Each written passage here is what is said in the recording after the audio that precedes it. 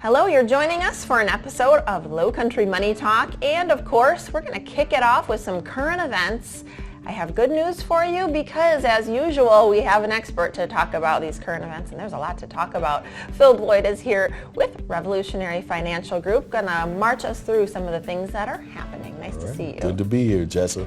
It's a lot that's going on. We've been gosh. talking current events, wondering if the picture is getting any better for folks, but not so much. Let's talk about what's happening. Seems like we're stuck in the mud still here. Yeah. So the latest came out, the gross domestic product, the companies, or the countries, we'll say, income, a negative 1.4%.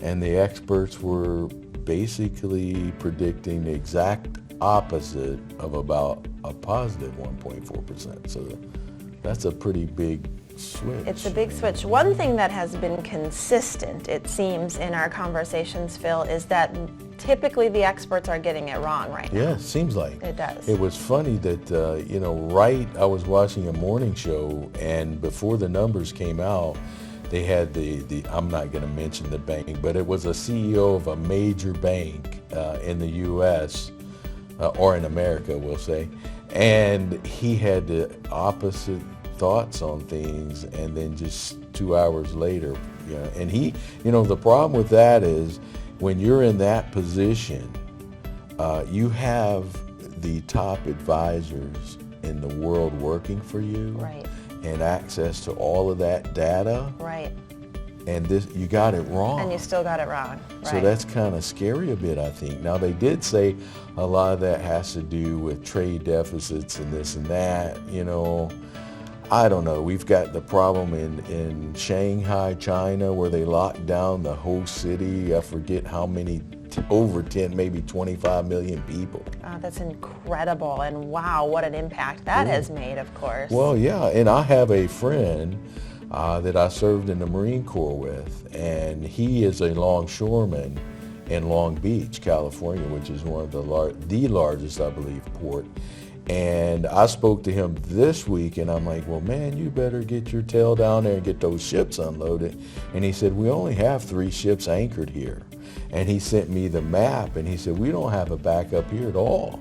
Wow. And then if you see the map of Shanghai Harbor, all of these ships are sitting there like they were off the coast of California last year. Just the same problem. I know they're reliving sort of the pandemic lockdown, and of course that is having a ripple effect on our economy and everything that goes along with that. We lived it, so we know what that looks like already.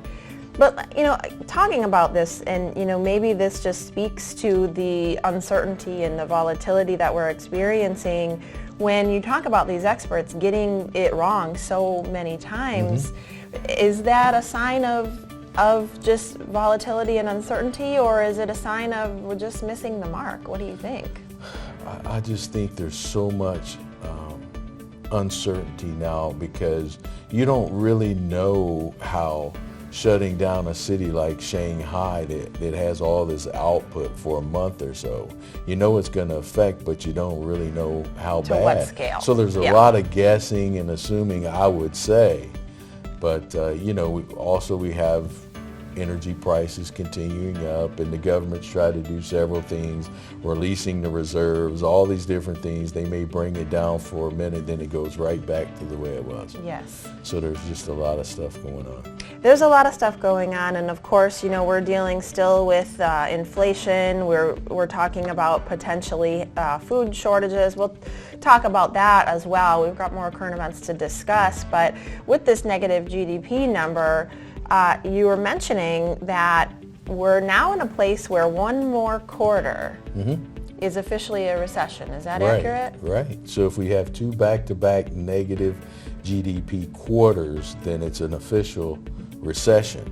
And some people are saying, the Fed, who will meet next week, I don't know when this is going to air, but the first week in May, they're expected to raise interest rates another 50 basis points, or 0.5%.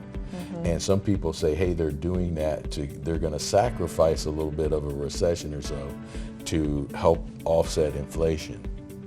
Wow. Okay. Well, lots to talk about. I think we could probably unpack that a little bit more after the break and talk a little bit about what this all means for you all who are watching at home, which is what we'll get to shortly after this break. Stick with us.